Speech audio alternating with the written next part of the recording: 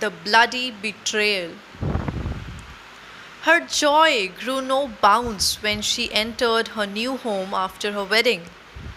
The happiness was ecstatic. Finally, she had found the love of her life. It was nothing less than a fairy tale for her. Everything was going just the way she had imagined. Lovely home and loving husband made her life complete. It was only before their second anniversary that she found something hideous. At first, she considered it to be some illusion that she had seen her husband Arjun with some other woman escorting him to their main gate. But soon it turned out that Arjun's late night WhatsApp notifications and his weekend meetings had become a regular occurrence in their regime. But that didn't last too long. The COVID 19 pandemic had created the lockdown situation. It was one such night she was lying on the balcony side of bed, staring at the full moon. The room was dark, slightly lit from the light pouring out of the closed bathroom door.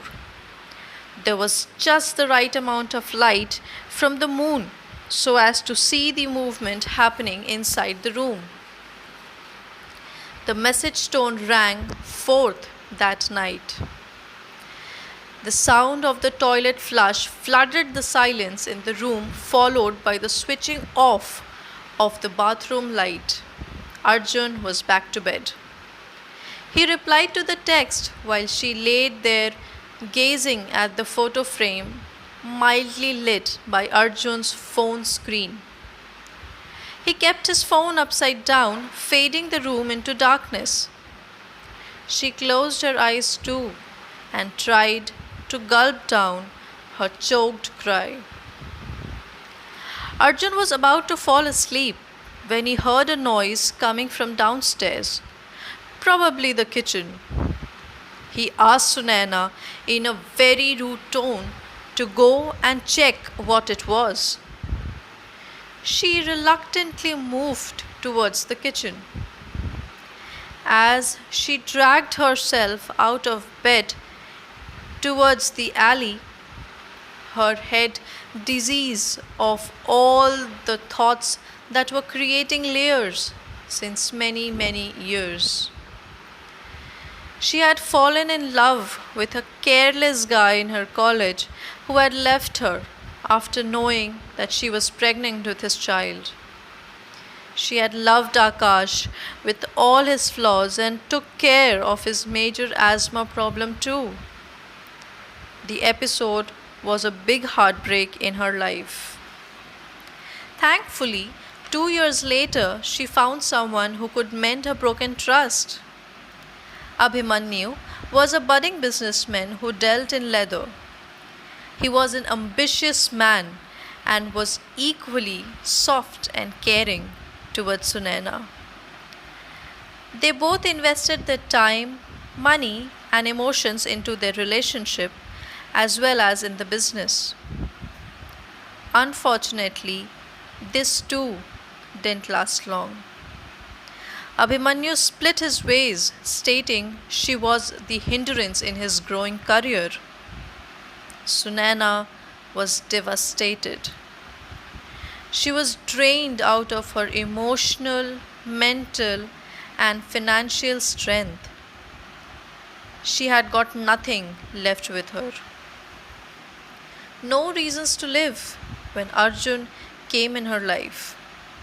He gave her strength and reason to continue her life.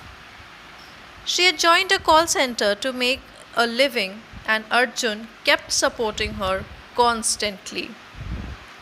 He made it easier for Sunaina to fall for him. They married, and she thought finally her life found the happiness and peace she had been longing all her life. And then it was the third time she was getting betrayed. She was going through all the flashbacks when she blacked out for a moment and fell on the kitchen floor. She tried to hold onto the marble slab, but instead, the knife holder fell along with her. In a few minutes, she regained her conscience, and the first thing she saw was the butcher's knife lying next to her. Rational thinking had taken a back seat. This lockdown had made her vulnerable towards revenge. Revenge against what life had done to her. Lockdown, loneliness, and infidelity had created a storm inside her and layered calmness on her face at the same time. She grabbed the knife by its handle and got up against her elbow. Meanwhile, Arjun too came downstairs to check about the noise.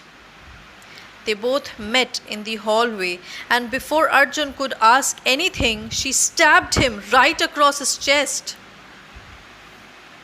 Yes, she killed him, brutally looking into his eyes, feeling his soul leaving his body while she just stood there with an expressionless face and a hint of satisfaction. It was for nothing in the world but only the eerie satisfaction on her face when she saw him dying. She had built up a cloud of aggression inside her, and this misbehavior of her husband just proved to be a vent for it. It seemed the night could not have been more darker or more brighter at the same time. Police arrived at dawn and arrested Sunaina from the crime scene, where she was peacefully sleeping next to the corpse, all drenched in red. During investigation, a small wooden box insulated with aluminium was found in the old trunk of Sunaina's. Everyone was stunned to see what she has been collecting during these years. In addition to a few newspaper clippings, there was an inhaler and a human thumb wrapped in layers of leather. The missing reports by Akash and Abhimanyu's family members now made sense to the police. The serial psychopath killer Sunaina was sentenced to lifetime jail. Don't know what kind of obsession she had with guys' names starting with A. Does your name also starts with A?